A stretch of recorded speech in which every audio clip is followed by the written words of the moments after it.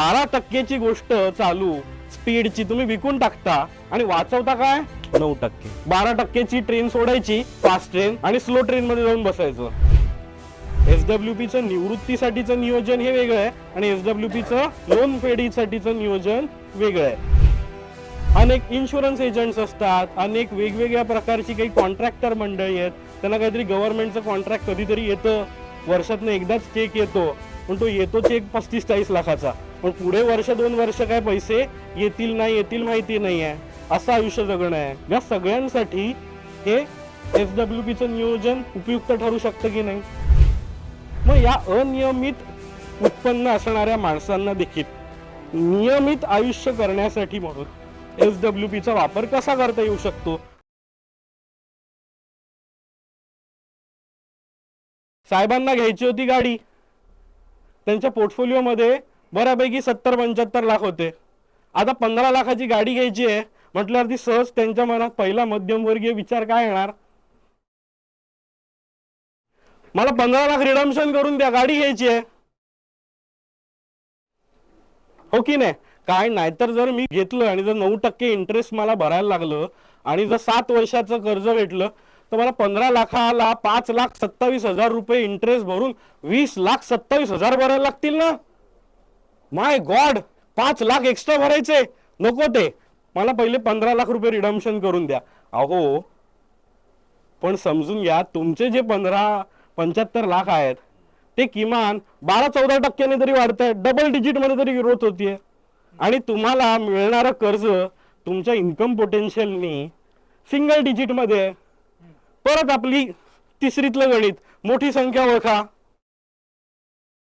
तो 12% गोष्ट चालू स्पीडची तुम्ही विकून टाकता आणि वाचवता काय 9%. Is it a sensible decision. 12% train सोडायची फास्ट ट्रेन आणि स्लो ट्रेन मध्ये जाऊन बसायचं. स्टेशनवर स्टेशन, स्टेशनवर स्टेशन, थांबत थांबत प्रवास सुरू. भले फास्ट ट्रेनचं तिकीट महाग असेल पण ते तिकीट जाऊन सुद्धा मला माझा वेग जास्त पडणार असेल तर ते गणित कधीतरी सोडून बघायला पाहिजे ना. मग ते गणित किमान समजून कसं घ्यावं त्यासाठी मी तुम्हाला एसडब्ल्यूपी बरोबर त्याचं कंपॅरिझन मी त्याला कसं करून दाखवलं हे दाखवतोय. सो 15 लाख रुपये त्याला सांगितलं, एक काम कर, तुला जर 15 लाखाचं लोन मिळू शकत असेल, ईएमआय किती येणार आहे, अरे मला 24,000 रुपये ईएमआय येणार आहे. म्हटलं ओके फाईन. आपण याच इथे या एसडब्ल्यूपीच्या गणिताला जरा क्रिएटिव्ह वेनी आता आपण लोन मॅनेजमेंटकडे बघतोय. त्यामुळे एसडब्ल्यूपीचं निवृत्तीसाठीचं नियोजन हे वेगळं आहे आणि एसडब्ल्यूपीचं लोन फेडीसाठीचं नियोजन वेगळं आहे. सो त्या वेगळ्या नियोजनाप्रमाणे 15 लाख रुपये बाजूला काढले आणि त्या 15 लाखाच्या बास्केटमधनं दर महिन्याला त्याला 24,123, 5 तारखेला ईएमआय जाणार आहे, 1 तारखेला 24,123 येणार आहेत. सांगितलं तुला काय चिंता आहे का, आता एका बाजूनी येणार एका बाजूनी जाणार, हे असं 7 वर्ष चालू ठेव. आणि गाडी पण सोबत 5 गाडी, ऑफकोर्स गाडी तर आहेच ना, तर म्हणून तर घ्यायची आहे ना. सो गाडी सोबत वापरतोय तो 7 वर्ष आणि ह्या गणिताप्रमाणे 15 लाखामधनं एसडब्ल्यूपी जात राहून राहून सुद्धा होणार काय आहे, सगळ्यात शेवटी 15% रिटर्न ऑन इन्व्हेस्टमेंट, 9% इंटरेस्ट जातोय, तरी सुद्धा त्यांनी भरले 20,27,000. पण या 15 लाखाची अमाऊंट मधनं सुद्धा शेवटी 7,84,000 उरले आणि गाडी सुद्धा उरली.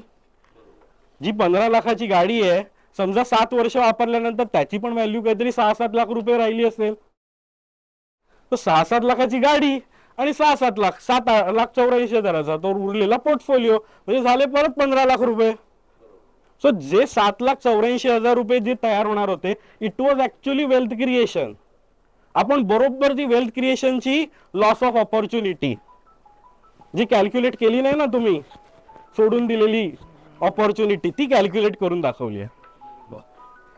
ही 7,84,000ची ऑपॉर्च्युनिटी हातात मिळते. अशा प्रकारे कारचं कर्ज फेडण्यासाठी म्हणून पण ह्याचा वापर करता येऊ शकतो. सो आता ह्याच गोष्टीला एकांना अशा प्रकारेच प्रॉपर्टीचा वाटा मिळाला, हेरिडिटरी प्रॉपर्टीचा. पहिलं त्यांना काय वाटतं, अरे माझं होम लोन चालू आहे, 25,000 रुपये, सॉरी 25 लाखाचा माझं कर्ज बाकी आहे, 30,000चा EMI अजून 7 वर्ष आहे, नको ते डोक्याला त्रास. मला मिळालेला हेरिडिटरी जो काय वारसा हक्काने पैसे मिळाले जमिनी बिमिनीचे कुठले, हे पहिलं कर्ज क्लिअर करून टाकू. पुन्हा मध्यमवर्गीय विचार, हट्ट आहे मध्यम वर्गातच राहण्याचा. काय बरं लक्षात घ्या, या गोष्टींनी आपण होतं काय, आपण EMI मधनं सुटका करून घेतो, पण बँकेनी तुमचा इंटरेस्ट कंपोनंट हा सुरुवातीच्या 10 वर्षामधनच बऱ्यापैकी वसूल करून घेतलाय. सो शेवटची जी काय तुमचे 5-7 वर्ष राहिलेली असतात त्यामध्ये इंटरेस्ट कंपोनंट विचार केला तर खूप कमी असतो आणि जाणार असतो तो तुमचं प्रिन्सिपल कंपोनंटच. सो तुम्ही फक्त इमोशनली मी कर्जमुक्त होतो, ते जुने हिंदी पिक्चर, ते घरातनं काय सामान विमान येऊन तो सावकार बाहेर काढून टाकतो, तो आज से ये घर तुम्हारा नाही, सगळेजण रडतात बाहेर पडतात, हे जे सगळे हिंदी पिक्चर बघितले ना आपण, ते सगळे आपल्याला अंतर्मनात जागरूक होतात आणि आपण हे कर्ज पटकन फेडायला उद्युक्त होतो. पण यामधलं स्मार्ट नियोजन असं आहे की ह्याच 25 लाखाला आपण जर गुंतवणूक करू, आपल्याला काय हवंय, EMI नको आहे ना, बी स्पेसिफिक. सो त्या 25 लाखांमधनं जर आपण SWP घ्यायला सुरुवात केली 25,000ची, तरी काय होईल, 7 वर्षात पूर्ण कर्ज फिटून सुद्धा आपल्याकडे 26,65,000 रुपये उरले. लक्षात येते, कर्ज EMI बंद झाला आणि तुमचे फक्त पैसे जे तुम्ही बँकेला देऊन टाकणार होतात त्याऐवजी तुम्ही तुमच्याच अकाउंटवरती म्युच्युअल फंडातल्या इन्व्हेस्टमेंट वगैरे करून नीट त्याच्यावर प्लॅनिंग घेऊन SWP घेऊन कर्ज मुक्त होण्याबरोबर 26,65,998चा कॉर्पस पण उरला. आता अनेक जण म्हणत असतात तो EMI थांबवून मला SIP करायची आहे. म्हटलं व्हेरी गुड डिसिजन, SIP करा, पण त्याच्यासाठी EMI संपवूनच टाकला पाहिजे असं थोडीच आहे. लक्षात घ्या, 7 वर्षाचा प्रवास आहे, 14 ते 15% मार्केट वाढतंय. जो नाव म्हणजे आपण जे युनिट घेतो ते जर समजा 20 रुपयाचं आहे, हेच 20 रुपयाचं नाव 7 वर्षामध्ये 14 ते 15% साधारण 25 रुपयाचं होणार आहे. आणि जर मी SIP नी परचेस करत असेल प्रत्येक टप्प्याला 20 ते 45 रुपये या टप्प्यामध्ये, तर होणार काय, 20 ते 45 मध्ये कुठेतरी ॲव्हरेज लेवलला माझं 30ला बाईंग होणार आहे बरोबर. पण हेच जर मी लमसम परचेस करत असेल तर 20 ते 45च्या प्रवासात मी आताच 20लाच घेतलं ना, माझं ॲव्हरेज कॉस्ट 30च्या ऐवजी 50% अजून कमी झाली. So return on investment in future मला लमसम इन्व्हेस्टमेंटमधनं जास्त मिळणार आहेत. पण समजा तुम्हाला EMI थांबून SIP पण करायची असेल, डू इट. तुमच्या 25,000च्या SIP नी 7 वर्षामध्ये अजून तुमच्याकडे काहीतरी 20-25 लाख रुपये अजून जमलेले असतील. कारण की आता EMI तर थांबला ना, मग आता त्याला SIP ला जोडलं तर तुमच्याकडे अशा प्रकारे जी संपत्ती निर्माण होऊ शकते की इथे 26 लाख SIP नी जोडून अजून 26-28 लाख झाले ना, 60-70 लाख. पण हे सगळा प्रवास आपण थांबवून आपण करू काय, आपण फक्त SIP करून तो 26-28 लाख रुपये घेऊ. पण मधले याला ब्लेंड करून जर नीट वापर केला तर ह्याचा 52-54 लाखापर्यंत जाईल. अँड बेस्ट वे, जर माझ्या नोकरीच्या ह्याच्यामधनं जाणारे EMI मला घ्यायची गरज नाही तर SWP पण घेऊ नका, जाऊ द्या की SIP पण नाही केली त्या ॲडिशनल रकमेची आणि कर्ज फेडत राहिलात आणि फक्त मिळालेले 25 लाख इन्व्हेस्ट केलेत तरी ते 20च्या नावाने जाऊन 6-7 वर्षामध्ये खूप चांगल्या व्हॅल्युएशननी त्याच्यामध्ये वाढ झालेली असेल.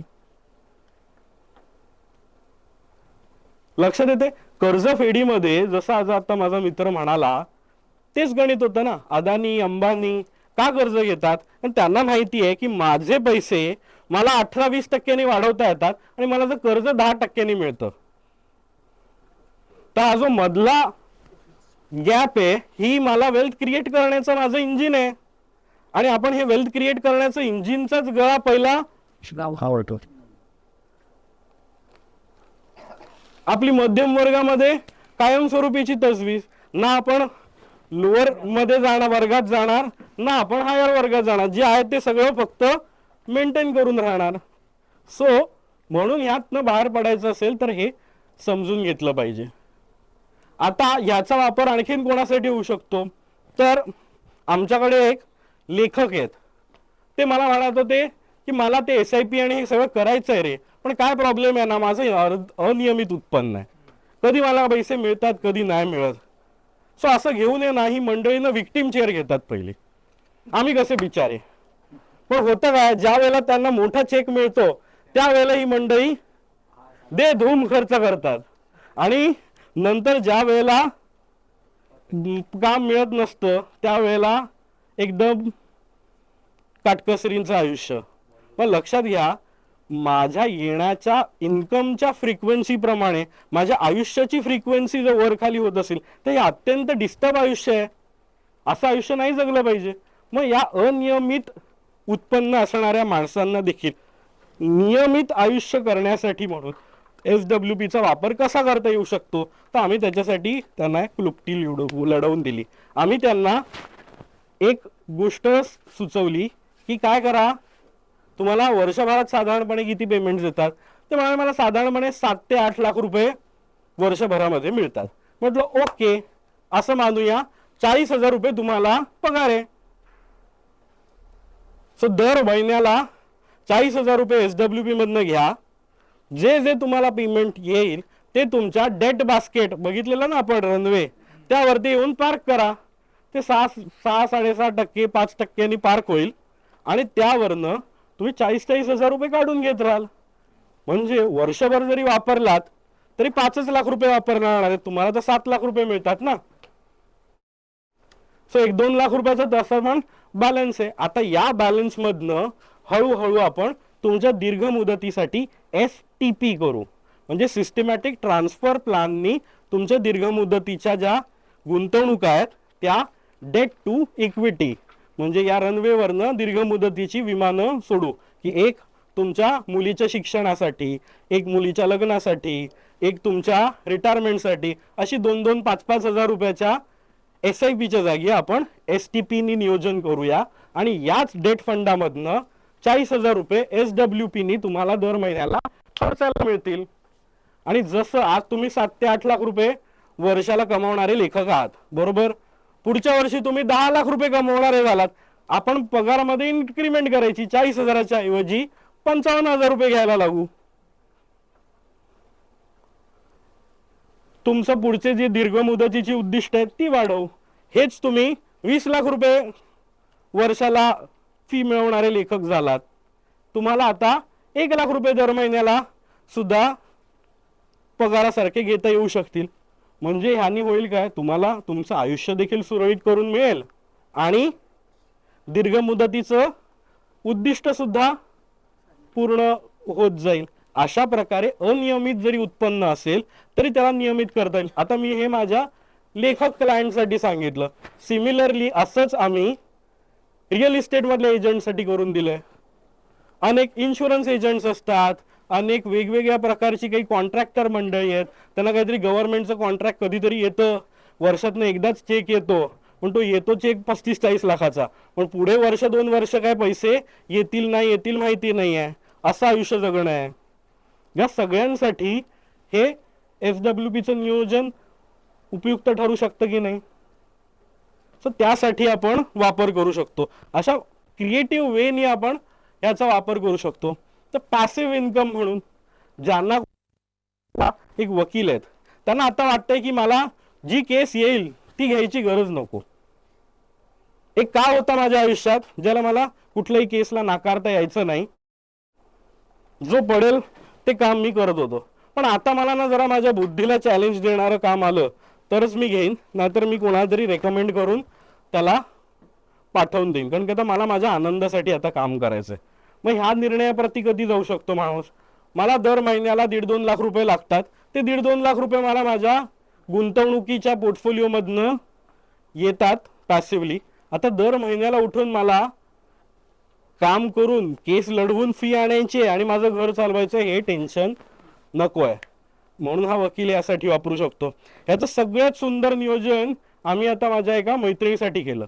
तिचे गुंतवणुका अगदी 22व्या वर्षापासून आम्ही सुरू केलेल्या. IT इंजिनियर मुलगी, सुरुवातीलाच छान मस्त पगारामधनं 20,000च्या SIP, पुढे 30,000, असं करत करत तिच्या 30पर्यंत येईपर्यंत तिच्या जवळपास 70-75 हजाराच्या SIP झालेल्या, 60 लाखाचा पोर्टफोलिओ तयार झालेला आणि 30मध्ये ती प्रेग्नंट होती. आता तिला त्या ह्याच्यामध्ये बरोबर तिने स्विच केलं होतं. तिला प्रेग्नन्सीचा काही बेनिफिट मिळू शकणार नव्हता. सो या ह्याच्यामध्ये तिला नोकरी सोडायची होती. सो तिने नोकरी सोडली आणि त्या 60 लाखावरनं 30,000 रुपयाची SWP सुरू केली. पुढे तिला बाळ झालं. तिने विचार केला आता मला काही वर्ष या बाळाच्या संगोपनासाठी द्यायचे, मला लगेच नोकरी सुरू नाही करायची आहे. कोविड काळ होता त्या दरम्यान, तिला बाहेर जाणं पण शक्य होत नव्हतं. तिला ऑनलाईन पण ऑफर येत होत्या, पण ती म्हणत होती की नको, मला माझ्या बाळाचं स्क्रीन टाईम वगैरे वाढेल, मी घेऊन बसले लॅपटॉप, मग त्याला पण हातात मोबाईल द्यावा लागेल, ते मला सगळं नको आहे, मला वेळ द्यायचा आहे त्याच्यासाठी. म्हटलं उत्तम निर्णय आहे, आम्ही तुझ्यासाठी फायनान्शियल प्लॅनिंगसाठी तुझ्यासोबत उभे आहोत. आम्ही तिचा तोच पोर्टफोलिओ जसा 60 लाखाचा 70 लाख झाला, 30,000ची 35,000 करून दिली. 3रं वर्ष आलं, हाच पोर्टफोलिओ तिचा 70 लाखाचा 80 लाखावर गेला, 40,000 रुपयाची SWP सुरू करून गेली. जसं तिचं बाळ 4-4.5 वर्षाचं झालं होतं, तिचा पोर्टफोलिओ पण 1 लाखाचा झालेला, 50,000 रुपये तिला SWP पण येत होती. आणि आता ती म्हणाली की आता तो 4.5-5 वर्षाचा झाला, ती जाऊ शकते. IT इंजिनियर मुलगी आहे, क्वालिफिकेशन्स चांगले आहेत. आता छान परत तिला नोकरी लागलेली आहे. तिने SWP थांबवली आणि परत SIP सुरू केली.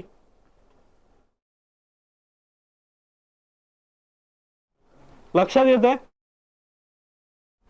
सो ज्यांना कोणाला UPSC ची तयारी करायची आहे किंवा काहीतरी करिअरमध्ये ब्रेक घेऊन मला आता परदेशीत 2 वर्ष शिक्षणाला जायचं आहे, कुठल्या तरी नवीन फील्डमध्ये माझं आयुष्य चांगलं होईल का हे आजमावायचं आहे, यासाठी करिअरमधनं 2-4 वर्षाचा ब्रेक घ्यायचा, अशा सगळ्यांसाठी पण पॅसिव्ह इन्कम म्हणून याचा सुंदररित्या वापर करता येऊ शकतो. पुढचं अतिशय हृदय घटना सांगाव, मला अगदी थोडासा आठवण जरी आली तरी आमचा सगळ्यांचाच कंठ दाटून येतो. ज्या मुलाचं आम्ही त्यांचं फायनान्शियल प्लॅनिंग केलं होतं, 6-7 महिन्यामध्ये तो मुलगा अत्यंत छान देशातल्या मोठ्या इन्स्टिट्यूटमध्ये मास्टर्स करत होता आणि हार्ट अटॅक येऊन तो मुलगा गेला. ज्या मुलासाठी आई वडिलांनी त्याच्या लग्नासाठी सगळ्याच्या तजवीजी करून ठेवल्या होत्या, त्यांचा तो मुलगा गेला. किती वाईट वाटलं असेल, आम्हाला पण सगळ्यांना इतकं वाईट वाटलं. पण त्या आई वडिलांनी काय निर्णय घ्यावा, ते म्हणाले की त्याच्यासाठी हा जो फंड करून ठेवला आपण 70-80 लाखाचा, या फंडमधनं मला त्याला का हार्ट अटॅक आला, त्यांनी अननेसेसरी स्ट्रेस घेतला. सो ह्या 80 लाखामधनं मला दर महिन्याला 35-40 हजार रुपये SWP नी द्या, सो दॅट मी देशातल्या प्रत्येक मोठ्या इन्स्टिट्यूट आणि कॉलेजमध्ये स्ट्रेस मॅनेजमेंटवरती देशातल्या सगळ्यात चांगले जे सायकॅट्रिस्ट आणि सायकोलॉजिस्ट आहेत त्यांची लेक्चर्स ठेवणार आणि माझ्या मुलाच्या नावाने लेक्चर सिरीज चालणार. आणि त्यासाठी दर महिन्याला 35-40 हजार रुपये त्यांना त्या फंडामधनं SWP नी आता मिळतात आणि त्याच्या नावाने ती लेक्चर सिरीज अख्ख्या देशभर रन होते.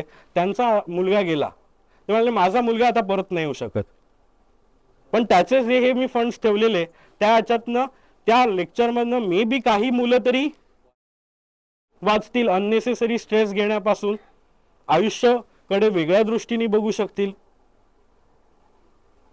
अनेक जण हा अशा प्रकारे डोनेशन देण्यासाठी FDs पण ठेवतात आणि त्याच्यातनं येणाऱ्या व्याजावरनं डोनेशन देणार. त्याचऐवजी ह्याला आपण SWP च्या रचनेने वापर करू शकतो.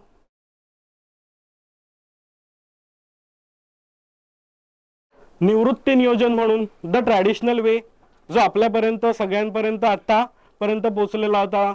माझ्या एका मित्रांनी सुद्धा आताच सांगितलं की जे काही फिक्स इलेक्ट्रिसिटी बिल, घर खर्च चालवण्यासाठी जे पैसे आहेत ते अनेकांना पेन्शन स्वरूपात मिळतात. पण आज अनेकांची नोकरी ती ही प्रायव्हेट सेक्टरमधली आहे. नोकरीची शक्य काय म्हणतात शाश्वती पण नाही आणि पुढे जाऊन पेन्शनचं तर काही ठाव ठिकाणा नाही. अशा परिस्थितीमध्ये मला माझी पेन्शन स्वतः तयार करायची असेल तर त्यासाठी म्हणून देखील याचा वापर करता येतो. दुसरा आणि अतिशय चांगला वापर म्हणजे 60व्या वर्षी NPS मॅच्युअर होतं. ज्यांचं NPS आहे त्याच्यातनं 60% पैसे आपण काढून घेऊ शकतो जे टॅक्स फ्री असतात. हे 60% पैसे आपण काढून घेतले आणि उरलेल्या रकमेवरती आपल्याला ॲन्युइटीज घ्यावी लागते. जर आपण 100% रक्कम तशीच ठेवली आणि सगळ्याच्या सगळ्यावरती ॲन्युइटी घेतली तर युअर NPS मधनं ॲन्युइटीनी जे दर महिन्याला पेन्शन मिळणार आहे it is your complete tax income. लक्षात येतंय? त्याच्याऐवजी जर 40% जी मला कंपल्सरी ॲन्युइटी घ्यायची आहे ती घेऊन जर मी पेन्शन घेत असेल तर तेवढंच माझं ते टॅक्सेबल इन्कम म्हणून पकडलं जाईल. जे मी 60% पैसे घेतोय त्याच्यावरती जी मी SWP घेणार आहे त्याच्यामध्ये मला म्युच्युअल फंडाचे टॅक्सचे लॉंग टर्म कॅपिटल गेन आणि या सगळ्या रचनांमधनं कम्प्लीट टॅक्स सिस्टीमपेक्षा पार्शल टॅक्स सिस्टीम अप्लाइड होईल आणि टॅक्स एफिशियंट वेनी एक मिळणारी SWP देखील प्राप्त होईल. थोडक्यात सांगायचं झालं तर पेन्शन ही तुमची सरधोपट टॅक्स पेन्शन आहे आणि SWP ही टॅक्स एफिशियंट पेन्शन आहे. लक्षात येतंय? सो या प्रकारे या 60%ला आपण वापरू शकतो निवृत्ती नियोजन म्हणून. आता सगळ्यात महत्वाचा मुद्दा, का वापरतोय? बरीच मंडळी आमच्याकडे येतात आणि मी ते पॉडकास्ट वगैरे केले त्याच्यातनं मग शेवटी असे कार्यक्रम घ्यायला का सुरुवात केली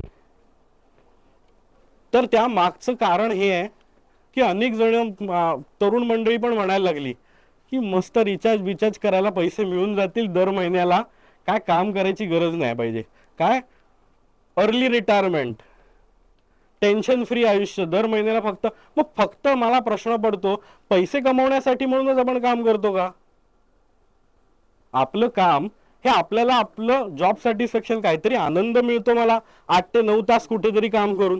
जर मला भरपूरच पैसे हवे असतील तर ड्रग स्मगलिंग करून सगळ्यात जास्त पैसे मिळतील, पण ते फार नैतिक आणि चांगलं काम आहे का? नाही ना. मग फक्त पैसे कमवण्यासाठी आपण काम करत नाही, ज्या कामातनं आपल्याला आनंद मिळतो असं काम करणं आवश्यक आहे. आणि त्याच्यासाठी किमान आपल्या 50-60 पर्यंत तरी 8 ते 9 तास देणं दिवसातले हा आपला कर्मयोग आहे. हा जर कर्मयोग आपण टाळून SWP घेण्याचा विचार करत असू तर माझ्या मते हा विचार चुकीचा आहे. असा विचार करून जर SWP घ्यायची असेल तर I am not financial adviser for you, you can find someone else. मला अशा विचारांच्या लोकांना प्लॅनिंग करून त्याचं कुनियोजन करून घ्यायचं नाही आहे. आम्ही सुनियोजन करण्यासाठी आहोत. सो तरुणांनी SWP घेऊन ऐशोआराम मजेतलं आयुष्य जगावं असा जर विचार असेल तर मित्रांनो हा विचार मात्र आपण टाळला पाहिजे. या संपत्तीचं एक चांगलं कल्चर तयार करणं गरजेचं आहे.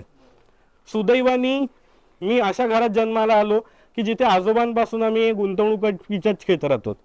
डोळे उघडल्यापासून मी कार्टून नेटवर्क बघितलंच नाही, CNBC बघतच मोठा झालो. पण त्यामधनं असं कुठलीच भावना निर्माण झाली नाही की बाबा पैसे मिळवण्यासाठीच काम करायचंय. जर पैसे मिळवण्यासाठीच काम करायची गरज असेल तर मला हे सगळे कार्यक्रम काम काय करायची गरजच नाहीये. ऍक्च्युली तेवढे सगळ्या गोष्टी माझ्या आजोबांच्या पिढीनेच करून ठेवल्यात. पण 8 ते 9 तास सुंदररित्या काम करून जो तुम्हाला एक वर्क लाईफ बॅलन्स मिळतो, एक आनंद मिळतो, कर्माचा आनंद मिळतो, त्या कर्माच्या आनंदाची टेस्ट ही आपण घेतली पाहिजे. अनेक जण आपले पालक आपल्या मुलांसाठी अशी काय ते व्हिडिओ फिरतात की शिक्षणात खर्च करावा की गुंतवणुका करून ठेवावा, म्हणजे मुलाला पुढे काय काम करायची गरजच नाही, एवढा शिक्षणात कशाला खर्च करता. अरे शिक्षण हे काय फक्त मला त्याला रोजीरोटीला बसवायचंय म्हणून देत नाही ना, मी त्याला एक चांगला त्याचा कर्माचा जो आनंद मी घेतला, माझ्या आधीच्या पिढ्यांनी घेतला, त्याला काय हवाय? त्याला IT इंजिनियर बनून हवाय का त्याला डॉक्टर बनून हवाय? तो कर्माचा आनंद मिळवण्यासाठी म्हणूनच शिक्षण आहे. तो देऊच नका त्याला ते शिक्षण, आणि फक्त इन्व्हेस्टमेंट करून ठेवा म्हणजे त्याला 2 लाख रुपये दर महिना तसेच मिळतील, डॉक्टर बनायची काय गरजच नाही, असं वगैरे जर प्लॅनिंग हवं असेल, again I am not a good financial adviser for you. मी वेगळ्या थॉट प्रोसेसमधनं आलेलो आहे. सो हे असं करणं टाळला पाहिजे. अतिरेकी वापर टाळला पाहिजे. ज्यांना डिलेड ग्रॅटिफिकेशन करण्याऐवजी इमिजिएट ग्रॅटिफिकेशनच हवंय. इन्व्हेस्टमेंट करून लगेचच भसाबस पैसे काढायचे, तर आपण असे भसाबस पैसे काढायला लागलो, आणि जर त्याच्यामध्ये येणारा जो फ्लो आहे तो छोटा आहे, तर हळूहळू आपलं बास्केट ड्रेन होणार आहे. म्हणून पण याचा वापर करू नये.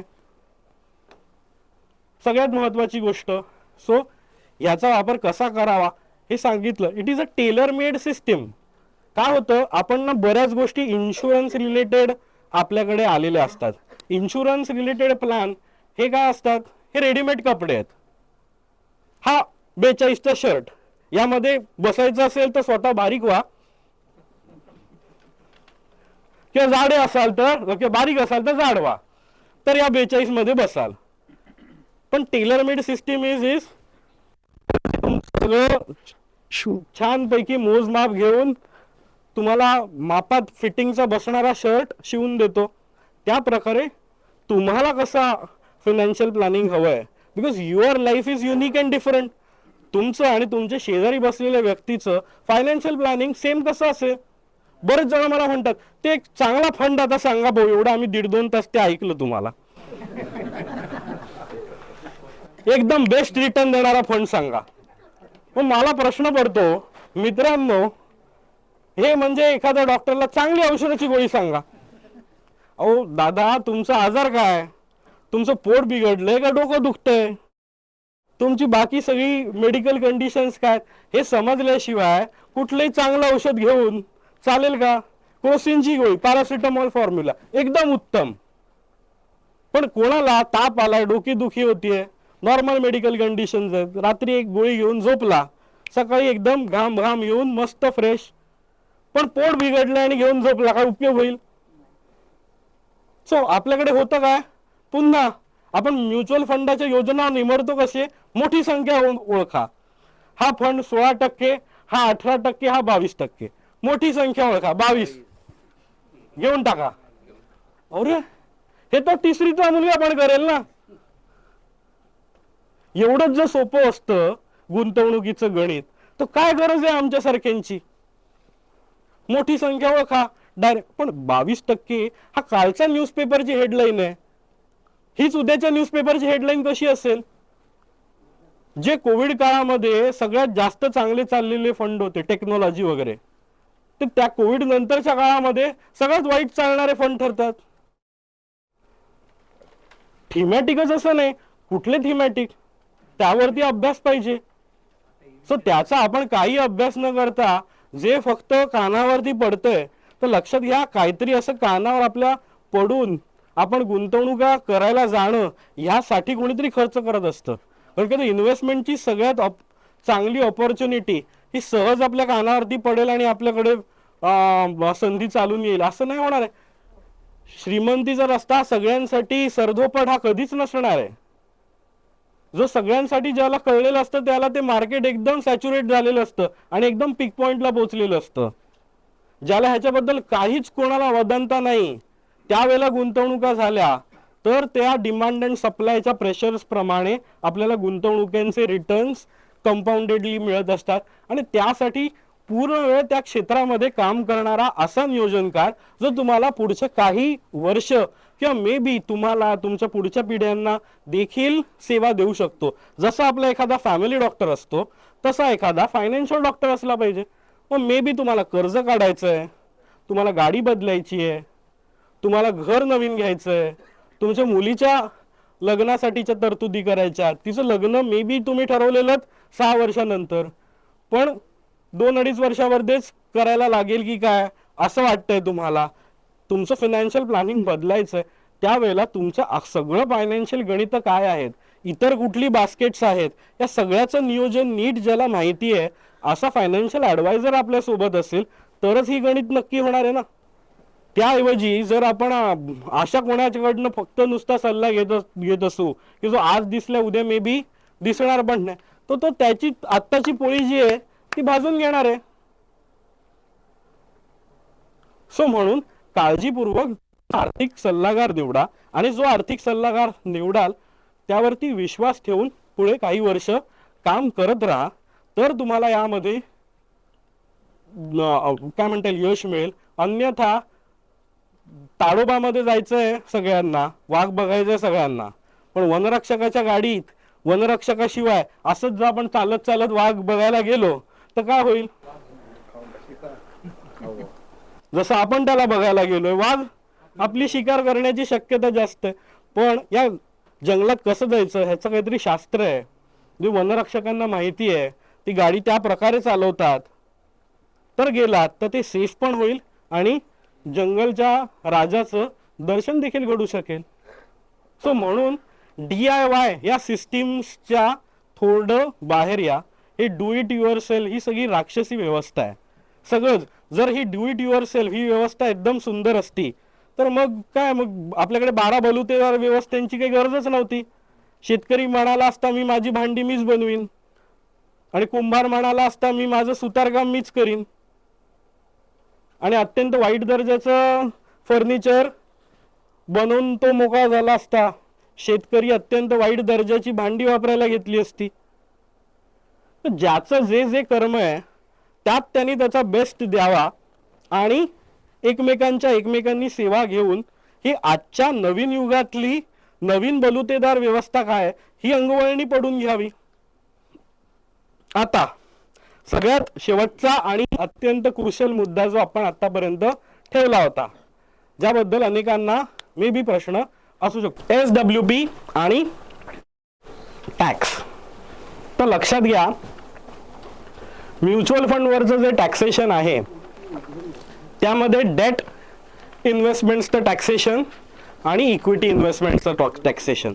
आता इक्विटी इन्व्हेस्टमेंटचं टॅक्सेशन मी तर त्या काळातलं आहे ज्यामध्ये आम्ही बघितलंय की इन्व्हेस्टमेंट्स करा आणि 365 दिवस ओलांडून गेले की तुमच्या इन्व्हेस्टमेंट टॅक्स फ्री.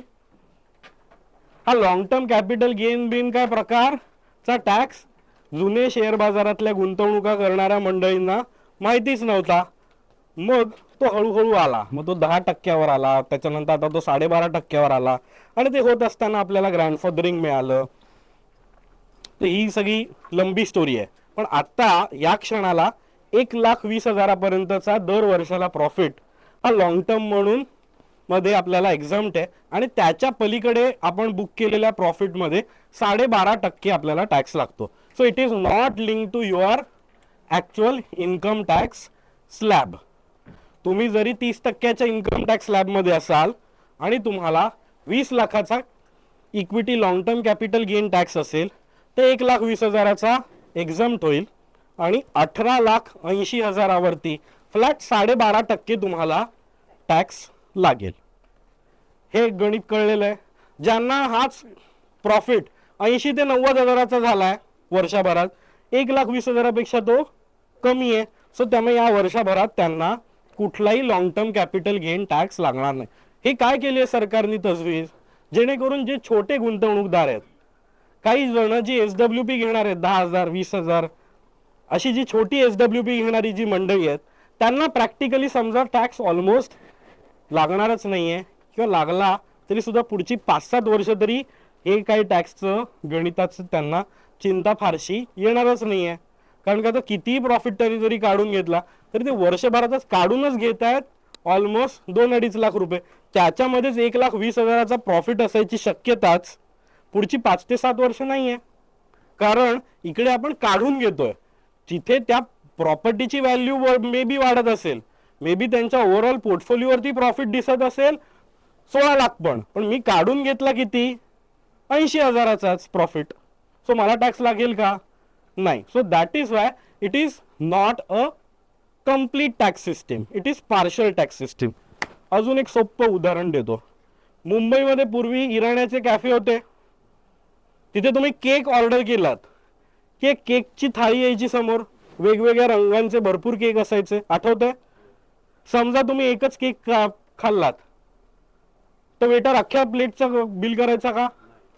जो कुठला केक खाल्लात त्याचा काय आणा, सव्वा आणा, 1 रुपया, जो केकचा किंमत असेल तेवढंच बिल आपल्याला मिळायचं. पण आपल्याला बघायला सगळे केक मिळत होते, त्यातनं एक केक आपण खात होतो. सो ही आहे पार्शल टॅक्स सिस्टीम. आणि हेच आता तुम्ही एखाद्या छान आला कार्टा रेस्टॉरंटमध्ये गेलात आणि केक प्लेट ऑर्डर केलीत, त्यांनी अशी 7-8 पेस्ट्रीज आणून ठेवल्या समोर, मे बी तुम्ही एक खाल्लीत किंवा एक पण खाल्ली नाहीत, तरी तुम्हाला त्या अख्ख्याच्या अख्ख्या केक प्लॅटरची लागेल ना. ही तुमची FD taxation system, complete tax system.